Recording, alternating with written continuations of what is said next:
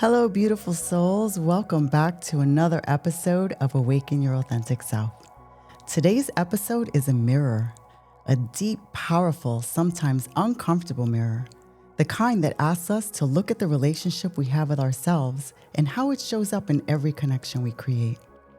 We talk so often about love, about finding the one, about healing relationships. But what if the real work begins not with fixing the other person, but by turning inward and repairing the bond that we have with ourselves? My guest today knows this journey intimately. His name is Bryan Power, and his story is not just about healing relationships, it's about transformation through truth. Bryan is a certified integrated attachment theory coach, helping people overcome the subconscious patterns that silently destroy intimacy and connection. His message is raw and real. The quality of your life depends on the quality of your relationships, and the most important one you'll ever have is the one with yourself. Bryan's personal story is one of deep reckoning and redemption. In 2024, his marriage reached a breaking point, a time so difficult that it resulted in a restraining order for emotional safety.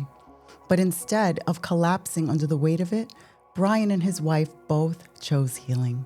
They turned inward, faced their shadows, and learned the tools to rebuild not just their marriage, but themselves.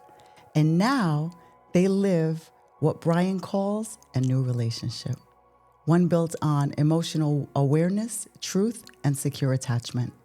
So, if you've ever wondered why the same relationship patterns keep repeating, or if you felt like healing is too far gone, this episode will remind you that no matter how many times you've fallen, you can fail to learn and learn to love. Let's explore what that really means to heal from the inside out. Bryan, thank you so much for joining us today, and welcome to Awaken Your Authentic Self. Jessica, thank you so much for having me. That was probably the most thorough introduction I think I've ever had, and a lot of truth in there. That's exactly what kind of happened to me and my wife, and so I'm excited to be here and share our story and some of the things that we've learned through our journey. So thank you for having me on the show today. Oh, you're welcome. Thank you for being here. Well, Bryan, you say the most important relationship that you will ever have is the one that you have with yourself. I'd love to begin there. What did that journey look like for you, especially during the time when everything in your external world seemed to fall apart? Yeah, that's a lifelong journey, really. But yeah, I learned so much in 2024 when really everything fell apart between my wife and I. And I just learned so much about how the subconscious really is driving the bus, if you will. And we don't even realize a lot of times, the wounds that we've experienced through our lives, a lot of times they're picked up through childhood, during our childhood years. And now we're carrying these, they're bad perspectives, they're bad thought patterns, if you will. And they're affecting our daily lives, our relationships with the people we know, our spouse, of course, being number one, in ways that are really negative. And so, but we don't even realize we're doing it. And that's the power of the subconscious. And I just learned so much about that, and it's been a life-changing experience, kind of getting in tune with that and realizing that, I had so many of these childhood wounds that were playing out in my life, and really, it came to a head with my wife and I, as you heard in the introduction, in 2024, where our childhood trauma, both of ours, was just kind of feeding off of each other and triggering each other in such an emotional, chaotic experience that she would actually seek a restraining order against me for that emotional safety. But so many awarenesses came, so many, new perspectives, new ideas on how to do things, and now we have a bunch of new tools on how to have a healthier relationship. Number one, yes, to ourselves, because that is the truth. It does start there. We Hmm. can't change other people. We can only change ourselves, and that's where it all has to begin. And that's really where it started for both my wife and I, because she actually challenged me early on to see a therapist because she thought I had all the problems. And I challenged her to see a therapist as well because I thought she was the one with all the problems, right? And so Right. the first thing I learned is that Projection. yeah, Hmm. we all probably have our problems, and we have to look at ourselves first. And that is the first step, is to look inward and say, how can I change? What can I do to show up differently and be improved and be ready to have a great relationship. I love what Thais Gibson says. She says that we're both 100% responsible for our 50% of the relationship. And so I have to look at how I'm handling my 50% of that. I love that. Absolutely. Well, your story from what you call restraining order to just plain order is both raw and inspiring. What were the biggest lessons that failure brought you, and how did you begin to rebuild trust, not only with your partner, but with yourself? Yeah, I think I just mentioned the first big one was just the awareness that we both had our issues, right? And Hmm. not pointing the finger at the other person, you know? And so that was the first step is to realize, okay, wait a second, I've got some work to do on myself. I was fortunate enough to come across Thais Gibson, Thais Gibson, Gibson. She did a really great podcast on the Mel Robbins show out of Boston, and she talked about what's called attachment theory. And when she talked about the attachment styles, I realized, oh my God, like this woman was speaking to me. I could see exactly, my attachment style. I could see my wife's attachment style and how they were so dysfunctional. And so that was a really great awareness for me.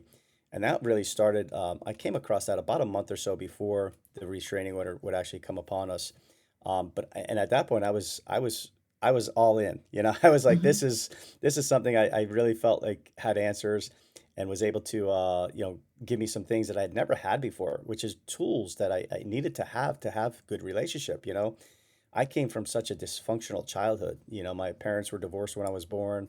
My father battled addiction. My mom was 21 years old with two boys, and we moved around a lot early on in our lives. There was just a lot of chaos, a lot of craziness for the first, really 10 years of my life. And that was really setting all the patterns that I was bringing into my adult life now. A lot of abandonment issues, a lot of fear of being alone, a lot of unsafe type of subconscious thoughts that were driving my relationships, and that's really what happened to us. It just triggered her wounds triggered my wounds, and my wounds triggered hers, and we ended up in some chaotic experience. But it turned out to be the greatest thing that ever happened to us because of how much these things really came to the forefront, and now we had to look at them, and we had two choices. Sure, we could run away from that and never. Decide not to look at it and just kind of run away in that regard, or we could face them and say, let's change this, let's figure this out, and let's move forward in that regard. When my wife put the restraining order on me, I wasn't trying to fix the relationship anymore. I was really focused on finding myself, getting in tune with me, and just doing the healing for me. That was my journey. I was able to let go of that idea that I had to have her in my life. It was just kind of like, hey, I need to heal. I need to figure this out. And that healing work would ultimately come back around and allow us to put it back together because she was also doing a lot of work while we were apart. And the work that she was doing would also allow us to, again, come back together and have a great relationship. So I really feel that sometimes, a break in the relationship, I call it a failure, or, that no contact period, if you will, can really be a great time to really kind of heal and grow and actually come back in a much improved way. And it really can be a blessing if it's done properly. Oh, that sounds perfect. And you kind of answered my next question. So that's that's actually great because I was going to ask you how it shaped your attachment style and your experience of love. But I can definitely see that. Our childhood traumas are, we talk about childhood trauma, generational traumas, and trying to heal those cycles so that we can be better for ourselves and in turn then be better for others. So I can definitely see how that worked out for you. Now, integrated attachment theory, that's very interesting. It focuses on uncovering subconscious relationship patterns.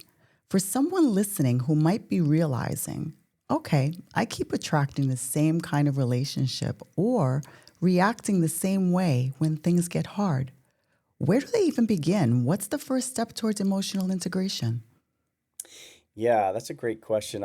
For me, I always like to suggest people learn about attachment theory first off, and I always suggest going to that YouTube and looking up Thais Gibson, Thais Gibson, on the Mel Robbins podcast. That's an hour and 15-minute podcast where she really explains the attachment styles.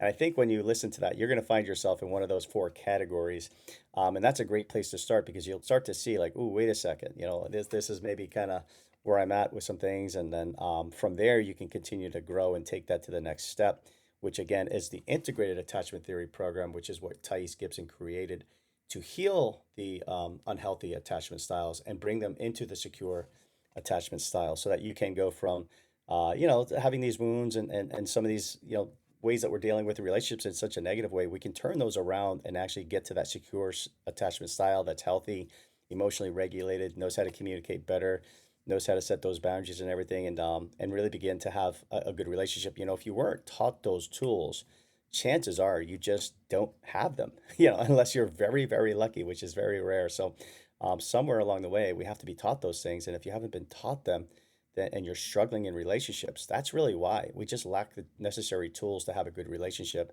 And I suggest that the integrated attachment theory program is one that helps us get there. Now, I'm not suggesting that you can't do some therapy along with it, or you know, you got to find what works for you. But I feel like this program, because of the six pillars of the program, really begins to get us, you know, move the needle pretty good. And that's because we do heal the core wounds. We begin to work on those. We learn how to set our needs. So we talk about the core wounds. We talk about our needs. Mm-hmm. We talk about our emotions. We Mm-hmm. talk about our boundaries. We talk about communication. And then we talk about our behaviors. And those six core elements, when we learn how to improve all six of those, really just, you know, moves the needle the way we're looking to do it, and gets us to a much better point where we can have a great relationship, you know? Okay. It's funny because that's something I feel like I kind of went through on my own. It was like after the death of my second husband, I realized that, my first two marriages were kind of very similar. And then it was like the next relationship I got into was probably worse than those two. That I Mm. really just had to stop and look at myself and go, what am I doing? Because this is me. I'm attracting this because of something that's missing in me. And I really had to just take a full step back and break down myself, break down my life, go way back to the childhood and figure out why I was doing that and tell myself that I was worth more than the relationships that I was attracting. And I'm very interested though. I want to listen to that podcast and see how and I wrote that name down because that just really sounds very, very interesting for our listeners. Yeah, I think it's a great place to start. And then if you're interested from there, you know, I always suggest go to my website, and then you can join Thais Gibson's school through my website and continue that process and really learn these different things. But that's a great place to start for sure. Yeah, boundaries is a really good place to start. Yeah, that's a good one. I like communication myself, but certainly boundaries are important. They're all important, you know. Well, I have to tell you, I've shared this with my listeners in the past, but before I got into my next relationship, I actually went out under the new moon and I manifested my next relationship. I told the universe exactly what it was I wanted, what it was acceptable and what was unacceptable. Communication was huge.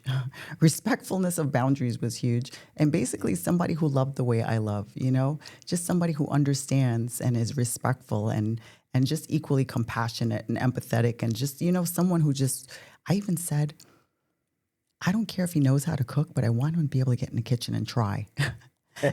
And my partner swears he can't cook, but he lives in the kitchen trying to cook me meals all the That's all that matters. It's the effort, right?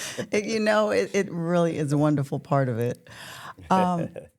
You often emphasize that change, it doesn't just happen in the mind, it happens through action. Can you walk us through what action-based healing look like for you? And how can someone move from awareness into embodiment in their relationships? Yeah, I mean, action for me was it was going to therapy. It was learning this, the integrated attachment theory program. Personally, I'm a man of faith, so a lot of prayer, a lot of on my knees, just spending time and trying to figure this stuff out, and really getting deep, learning about myself, and really just being open to the idea that I just needed to heal. I just wanted to heal so badly. So I was just open to everything, like whatever it takes. And some people, I think, it's different for everybody. Mm-hmm. So you definitely got to figure that out a little bit. And then just learning some little tools that would help me along the way, like if I was feeling emotionally triggered, how could I just do something that could help me move, change my behavior for a little bit, if you will, so it wasn't negative, right? So Mm-hmm. my therapist would suggest just walking. Just Mm-hmm. sometimes, if you're feeling a little triggered, just putting your sneakers on, walk. And I would walk sometimes for an hour, hour and a half. I found hiking was something I really enjoy, and you can just get out and be in the woods, right? And the Yes, brain just nature. seems to, yeah, brain just seems to really kind of forget about the rest of things. And sometimes it takes, an hour, hour and a half, whatever it might take to get there. But all of a sudden at the end of that, I find myself like really calm, and I'm like, okay, I feel good now. It just feels like, okay, I'm more regulated. I feel relaxed. And now, I could have a healthier conversation, and I'm not doing things that are destructive, if you will. So, Boy, it's just so many things. It's just learning about ourselves more and more on a daily basis, and then learning some skills I think that we didn't have before. How do I communicate in a way that's maybe more going to reach somebody properly? Because that was something my wife and I really battled. Is just the communication was off. It wasn't that we weren't trying to have that communication, if you will. We tried to have it, but I always say it's like we were speaking two different languages. Mm-hmm. And even if we're trying to say the same thing, but we're speaking different languages, nobody's really, getting, we don't get there. We don't figure it out, right? So we have to learn how to speak the other person's language. And that's something that I think we've learned how to do is how to kind of talk in a way that actually moves the needle, in a way that, I used to listen to her to defend myself. And that was always my thing, right? If she wanted to discuss something, I was listening to defend, Mm-hmm. and then she'd get mad at me because she would say like, "You're not listening," and I'm like, "Of course I'm listening because I need to defend exactly what's going on here, and tell you how you're wrong." Now I was classic for jumping on top of her, right? And she was speaking, and now we just give each other 5 or 10 minutes to talk completely uninterrupted. We're both listening to each other to understand the other side and hear that person, so that at the end of that conversation, now I feel heard, she feels heard. We have a much better way of kind of like actually getting and resolving the issues, if you will. And when you do it that way, it's just like, man, it's a totally different ball game, But that was nothing, it wasn't something that I'd learned before. I didn't understand that before, but by healing some of my childhood wounds and beginning to heal those things, and my fear of abandonment and some of those things began to calm down a little bit. It just kind of works synergistic when you kind of work a little bit of this, a little bit of that together. They all work Right. really well, and they kind of compound, if you will, a little bit. So as I get better with one thing, it just kind of moves the needle. Then I get better with the other, and it just kind of, next thing you know, 3, 4, 5, 6 months later, you're doing things in a totally different way. You're like, wow, this is pretty amazing. And I never knew that it could be like this. Right. I didn't understand like this is what it's supposed to be like. Like that's pretty cool. So but it does start with just being willing and humble. And honestly, I think that was the first step for me. Is it was very humbling to have to go through this experience and just getting on my knees and being willing to do whatever it took to move the needle. You said something that's so important because I think so many people do that.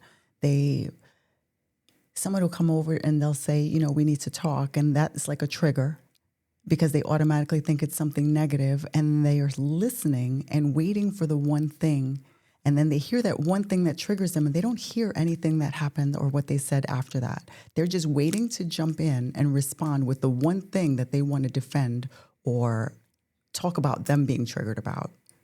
And that communication style is just, it doesn't work. Like you need two Yeah. people to do exactly what you said. One person speaks, one person listens, and then when you ask a question, you're asking a question so that you understand.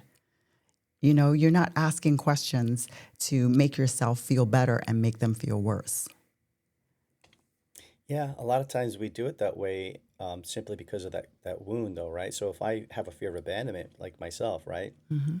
And while she's speaking to me, my subconscious is nervous about, well, if she's condemning me, or she's, criticizing me, she's going to find out I'm not perfect and she's going to abandon me. So therefore, I'm going to listen intently and tell her how she's wrong, Hmm. and prove to her that she doesn't know what she's talking about, which is really not anything the other person is excited to hear, right? Because she's trying to share from her heart. Right. And now my wound is instead of truly listening, I'm just defending. And that's the problem, is these core wounds that we develop and throughout our lives, really just the subconscious is so powerful, and it takes over. And unless you really become aware of that and change that and heal that, and then have some tools on top of it, I think we just continue down that pattern, and we just move from one person to the next doing the same thing, and we always think it's everybody else. It's everybody else. Oh, yeah. Everybody else is a Right. horrible partner.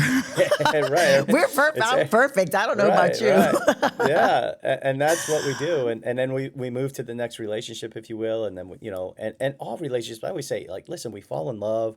We think this is the person. It's going to be great. And then 2 years, 3 years, 5 years, 7, 8, 10 years later, whatever, we find out, oh my God, I can't stand them.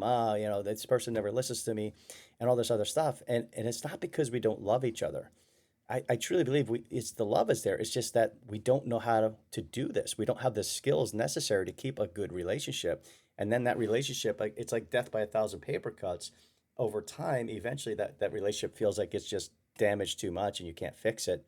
And now you're breaking up and moving on to the next, situation. But And usually, carrying the again, same wounds. And the Carrying the same same wounds, issues. exactly. You got it, exactly. Hmm. Moving to the next one with those same wounds. Same It's like moving storyline. from one city to the next, thinking that it's the city that's going to make you happier.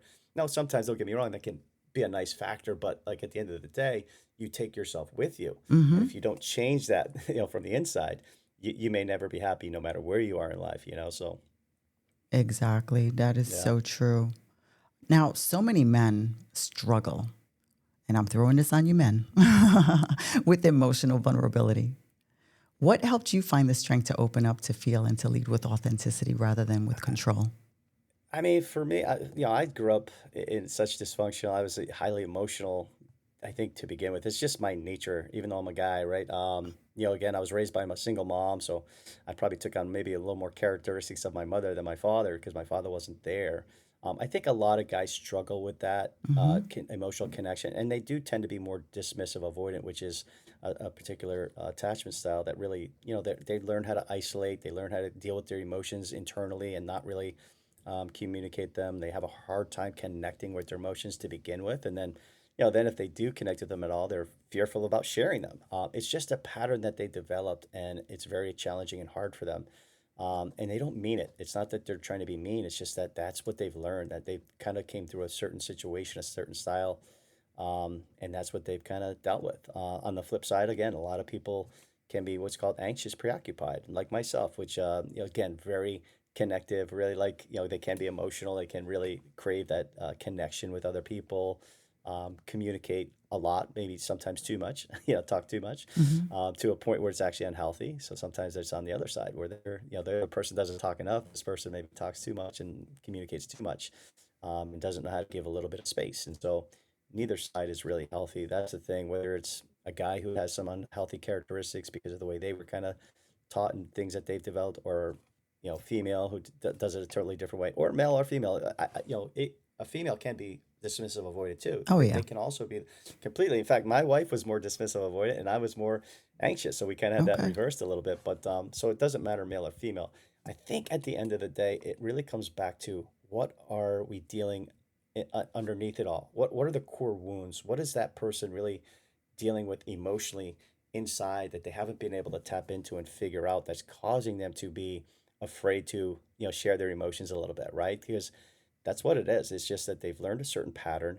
This pattern has served them their entire lives. Hmm. And as children, it served them well because as children, you just have to survive. But as adults, we're taking in those same patterns into our adult relationships.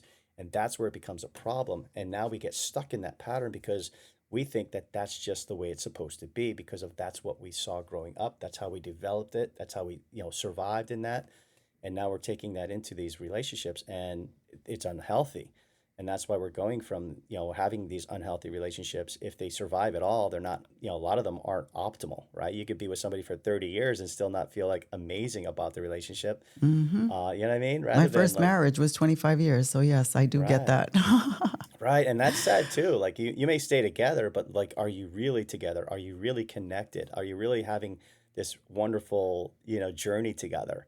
And to me, that's what's important. I don't want to just, get Survive. through it. Hmm. Yeah, I want to thrive. I want to have something that's amazing. I want Exactly. passion. I want something great. And not to Adventure. say that, yeah, I mean, it's not like every day is like cloud nine, but but there should be a lot more good things than bad things. And Right. but again, I think a lot of that is because of our problems, if you will, that we carry in, and then our partners also have some issues, and so we have to forgive each other. We have to learn, challenge ourselves to change. Even if our partner's not willing to come with us, I truly believe that one person doing the work can absolutely change the dynamics of the relationship because of the stuff that they learn and how they conduct themselves.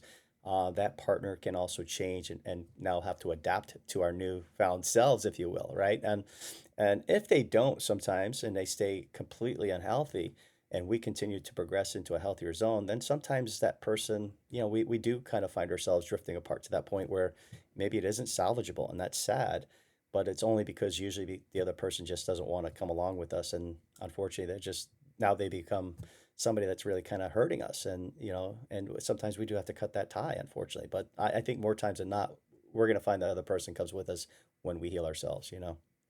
Well, one of the things that's kind of sad about that is that that's not always just even an intimate relationship.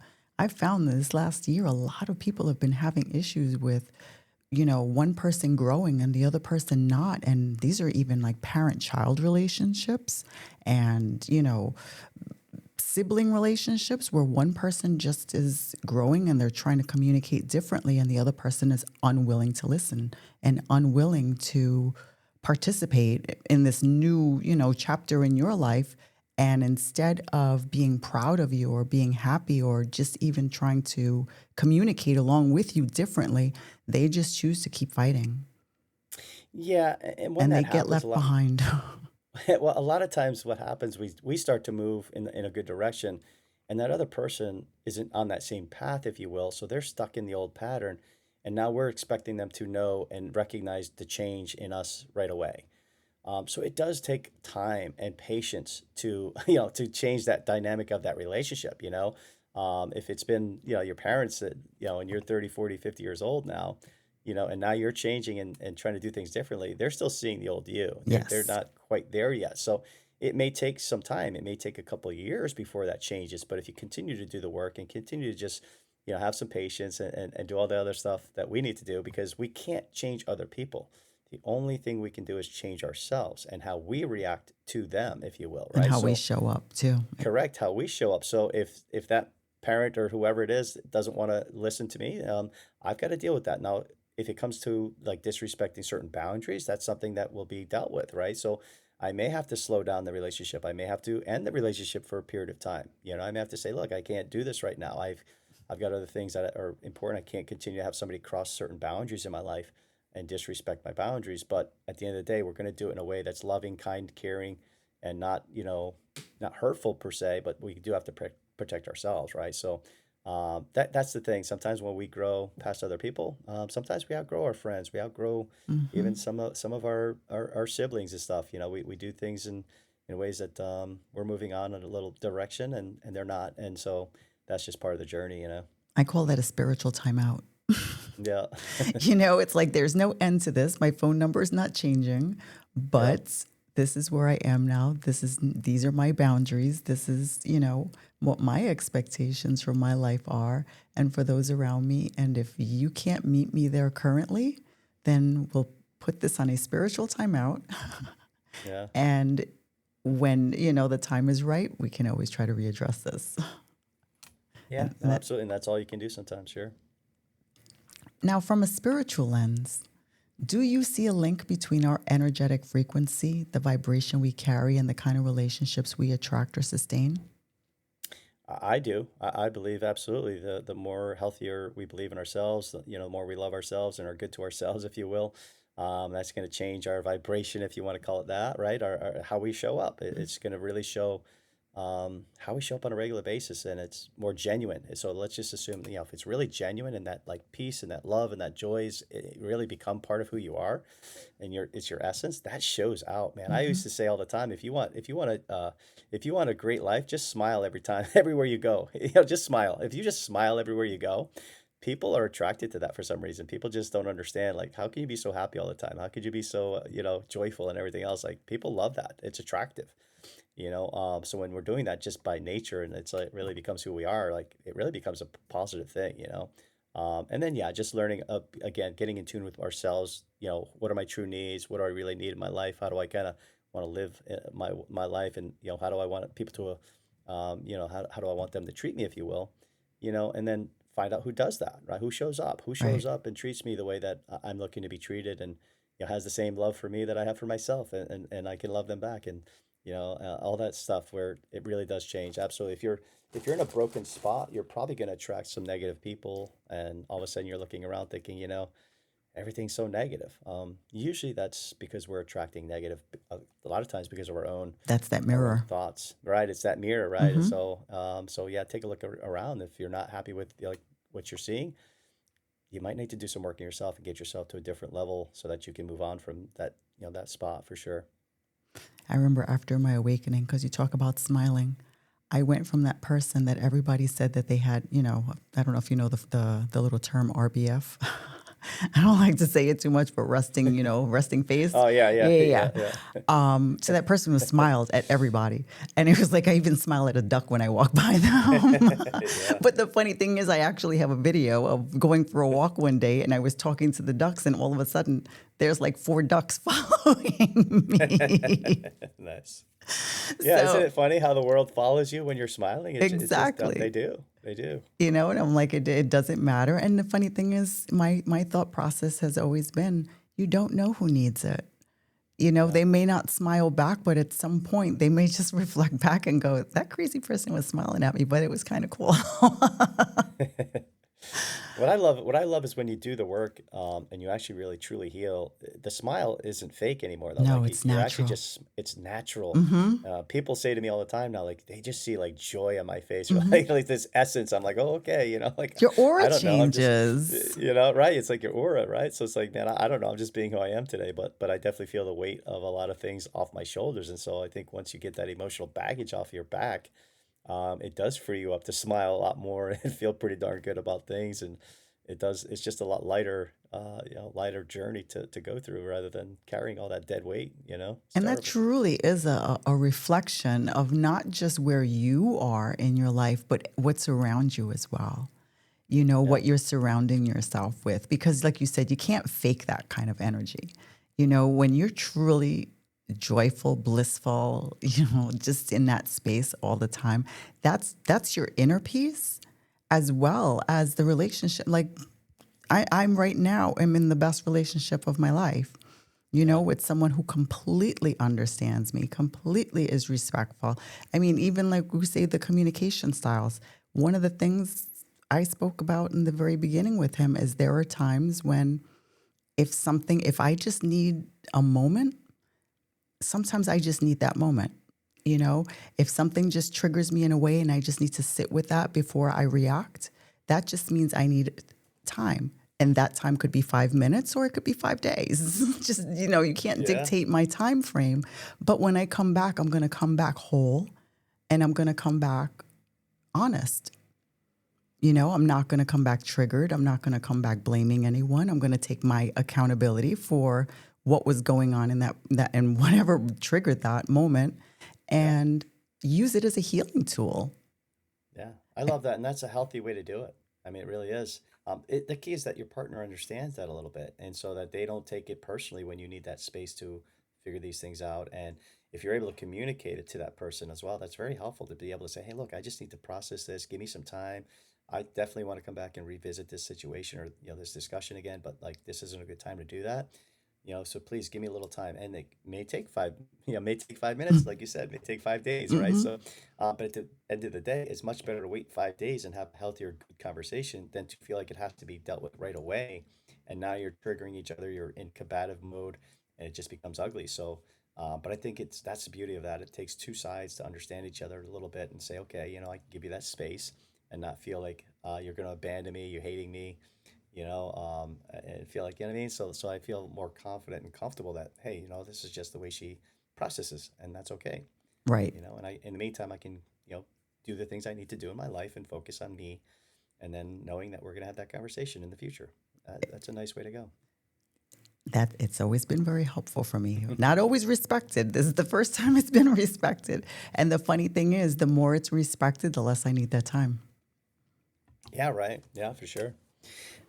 Again, I think back, probably your exes just didn't, again, they just didn't have the understanding, right? And they just didn't know. And then they probably just had their own wounds. And so their own wounds were making it hard for them to give you that space, Well, we were you all know? young and we were Yeah. all unhealed and we were raised Hmm. by unhealed parents and we were Right. all just trying to navigate what we thought we wanted without truly even understanding who we were as people. Yep. So, I Yep. have no bad feelings or regrets about anything. I truly feel like every relationship has served its purpose in helping Right. me to grow and become the person I am so I can be in the healthy relationship I am in right now. That's great for sure. Well, Brian, you help people change their story. For listeners who feel stuck in repeating cycles, what is one powerful practice that they can use right now to start rewriting their narrative? Well, that's a great question. I mean, for me, I think Finding for me, I think emotional regulation was hard. Certainly when I was going through the craziness, and finding something that can really get you emotionally regulated, whether it's going to the gym, whether it's going for a hike like I do, or walking, whether it's prayer, meditation, whatever, laying down with a heavy blanket. Some people like, just a good heavy blanket sometimes can give you feel, get you into like emotionally regulated spot. That's something that I think you could do pretty quickly, easily, and that tool alone can get you into a regulated spot, so you're not having hopefully unhealthy conversations where you're triggered and stuff. So my whole rule of thumb now is never have conversations when you're emotionally triggered. Mhm. And so if you're feeling emotionally triggered, do something to get you out of that before you continue any kind of conversation. And those are some of the tools I think you can do. Like I said, just go to the gym, hike, bike, whatever you like to do. Something, if it takes an hour or two, fine. If it takes 2 days, fine. Whatever it takes, just get you there. But that's something I think you can do right away. That's pretty easy, and can make a difference for sure. Absolutely. That's one of the reasons I moved near the beach. There you go. Right, the beach is great, right? I think it's about grounding sometimes too, just Yeah, finding that one spot that grounds you. And yeah. it could be that walk, it could be nature, like, trees for some people. I have a whole series on hugging trees, like my old podcast, my old video channel. But it's true. It's just finding, for me, I can just dig my heels in the sand and just feel like a whole different person. Yeah, yeah. Uh, when you look back at your journey, your childhood, your marriage, your transformation, do you feel like this healing has become a generational turning point for your family? Yeah, no doubt. I mean, that was the whole thing. I wanted to break the generational patterns that were set in my family for years. My father. Oh, I lost you. Hello? Hello?